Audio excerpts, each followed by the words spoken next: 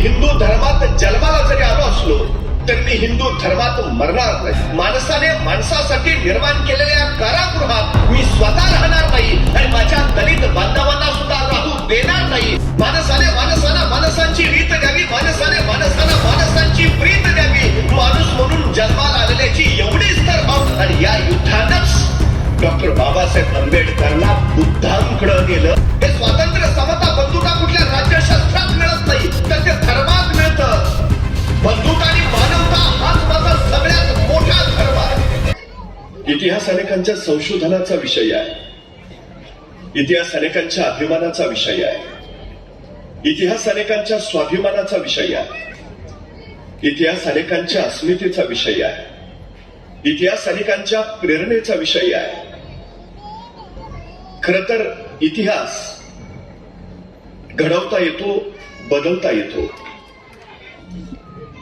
Doctor Babasaheb आंबेडकरांनी न्यायमूर्ती रानडेंच्या उदारमतवादावर बोलताना इतिहास कसा घडवला जातो याचं विवेचन केलंय. नियतीनं उलगडलेला पट म्हणजे इतिहास. नैसर्गिक आणि भौगोलिक आंतरक्रियेनं जे निर्माण होतं तो इतिहास. किंवा मार्क्स सारखा विचारवंत असं सांगतो की परस्पर विरोधी आर्थिक संबंधांच्या संघर्षात्मक जे निर्माण होतं त्याला आम्ही इतिहास मानतो. तर स्वामी विवेकानंद असं म्हणतात की महापुरुषांच्या चरित्राची मालिका म्हणजे इतिहास. पण डॉक्टर बाबासाहेब आंबेडकर मात्र सांगतात माणसाच्या बुद्धीचा, शक्तीचा, कर्तृत्वाचा अपूर्व संगम म्हणजे इतिहास. इतिहास घडवता येतो, इतिहास नवा निर्माण करता येतो. फक्त सचोटीची आणि प्रामाणिक माणसं हवीत, जी बुद्धिनिष्ठ असतील आणि समता, स्वातंत्र्य आणि बंधुता या समाज व्यवस्थेवर निष्ठा ठेवत ती समाज घडवण्याचं काम करतील. अशी माणसंच पुन्हा नव्यानं इतिहास घडवतील. 1935 साली येवला येथे भरलेल्या अस्पृश्य परिषदेच्या अध्यक्षपदावर बोलताना डॉक्टर बाबासाहेब आंबेडकर असं म्हणाले की मी हिंदू धर्मात जन्माला जरी आलो असलो तर मी हिंदू धर्मात मरणार नाही. आणि बघता बघता चोबाजूला एक वेगळं आंदोलन चालूच. डॉक्टर बाबासाहेब आंबेडकर याच्या पाठीमागची भूमिका विशद केली. आमचा धर्म म्हणजे बहुमजली इमारत आहे. जो वरच्या मजल्यावर जन्माला येतो तो श्रेष्ठ आणि जो खालच्या मजल्यावर जन्माला येतो तो कनिष्ठ. वरच्या मजल्यावर जायला जिनाच नाही. त्यामुळे वरचा किती भ्रष्ट असला तरी तो श्रेष्ठच राहतो आणि खालचा तळातला कितीही श्रेष्ठ असला तरी तो कायम कनिष्ठच राहून नष्ट होतो. ही सगळ्यात मोठी गोष्ट आहे. माणसाने माणसासाठी निर्माण केलेल्या कारागृहात मी स्वतः राहणार नाही आणि माझ्या दलित बांधवांना सुद्धा राहू देणार नाही. नवविचारांचा सुरुंग लावून हा तुरुंग फोडून आम्ही बाहेर पडू अशी उद्घोषणा डॉक्टर बाबासाहेब आंबेडकरांनी त्यावेळी केली.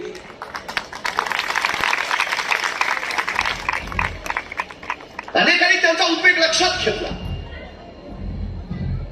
अनेकांनी त्यांच्याशी संवाद संभाषण केलं. अनेकांनी त्यांच्या चित्ताचा दाह कमी करण्याचा प्रयत्न केला.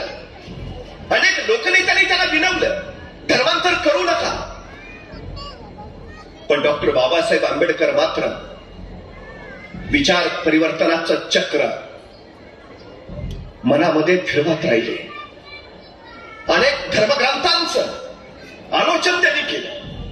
स्वतःच्या विचारांचं युद्ध सुरू झालं. ते सांगू लागले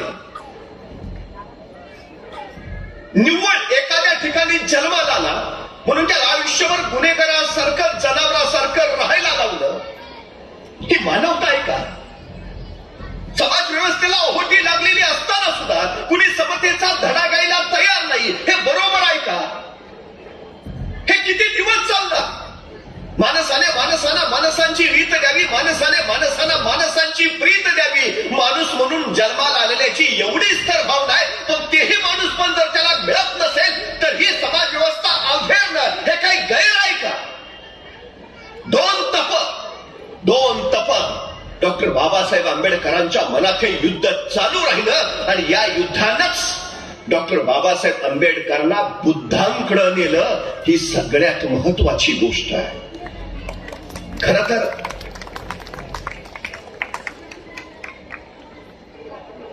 हे जे विश्व कर्तृत्व निर्माण झालं निर्माण झालं तरी कसं?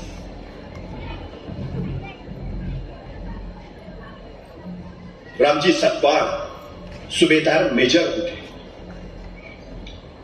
मध्य प्रदेशातल्या महू इथं तिथंच भीमरावांचा जन्म झाला.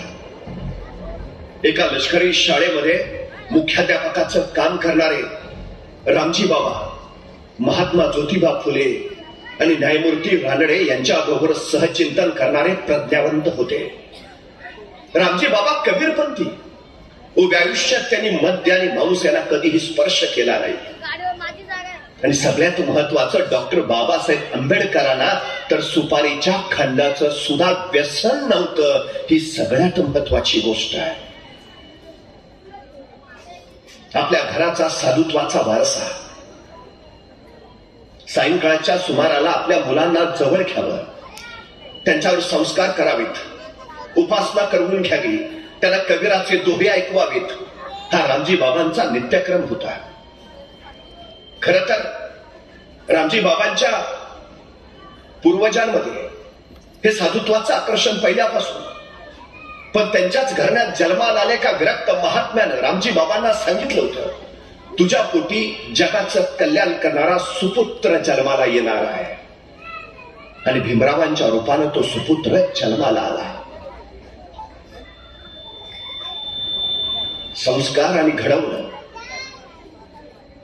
ही गोष्ट फार महत्वाची असते. डॉक्टर बाबासाहेब आंबेडकर कधी काळी आपल्या जगण्यामध्ये निराश होत, खचल्यासारखं वाटे. त्यावेळी आपल्या पत्नी रमाबाईंना सोबत घेत आणि एका विशिष्ट स्थानी जात, धीरगंभीरपणे तिथं जीवन चिंतन करीत आणि नवचैतन्य घेऊन त्या जागेवरनं परत येत. जिथं त्याला नवचैतन्य मिळायचं ते विशिष्ट स्थान कुठलं होतं, ते तीर्थस्थान कुठलं होतं? डॉक्टर बाबासाहेब आंबेडकर निराश आल्यावर नेमके कुठे जायचे? ते जायचे ते रामजी बाबांचं दहनस्थान होतं. आपल्या पित्याच्या दहनस्थानाजवळ डॉक्टर बाबासाहेब आंबेडकर धीरगंभीर चिंतन करायचे, नवचैतन्य मिळवायचे आणि स्फूर्ती घेऊन तिथून परत यायचे. तीच स्फूर्ती आपल्या लाखो अनुयायांना चैत्यभूमीवरनं आजही बाबासाहेब देत आहेत. ही तीच स्फूर्ती ज्यानं पिढ्यान पिढ्या घडवल्यात. खर तर डॉक्टर बाबासाहेब आंबेडकर आपलं आत्मकथन सांगताना सांगतात, माझे वडील आणि माझं घर जसं धर्मासन होतं तसंच ते विद्यासन सुद्धा होतं. माझ्या वडिलांनी कायम मला सांगितलं, भीमराव, आपण गरीब जरूर आहोत, पण तू विद्वान हो, तू विद्वान हो. माझ्या आयुष्यात माझे 3 गुरु, गौतम बुद्ध, महात्मा ज्योतिबा फुले आणि संत कबीर, या तिघांकडनं मी जीवन शिकलो. माझी 3 दैवत आहेत, विद्या, विनय आणि शील. आणि माझ्या आयुष्याचं तत्वज्ञान 3 तत्वात आहे, स्वातंत्र्य, समता आणि बंधुता. हे स्वातंत्र्य, समता, बंधुता कुठल्या राज्यशास्त्रात मिळत नाही, तर ते धर्मात मिळतं. बंधुता आणि मानवता हाच माझा सगळ्यात मोठा धर्म आहे. आणि हाच धर्म आपल्या आयुष्यात डॉक्टर बाबासाहेब आंबेडकर या समाज जीवनामध्ये लोकमानसांपर्यंत पोहोचवत राहिले. हे जगणं होतं तरी कशासाठी?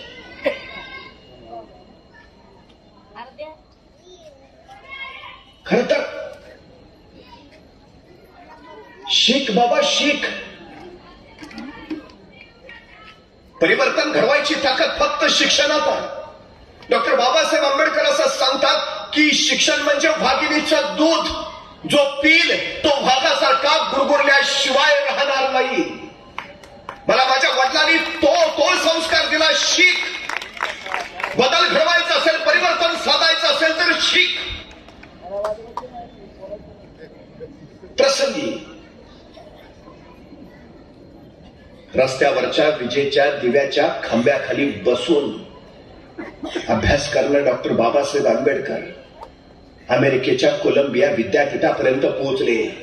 आजही त्या अमेरिकेच्या कोलंबिया विद्यापीठात गेला तर त्याच्या बाहेर लिहून ठेवलंय शतकातील सर्वोत्तम विद्यार्थी डॉक्टर बाबासाहेब आंबेडकर.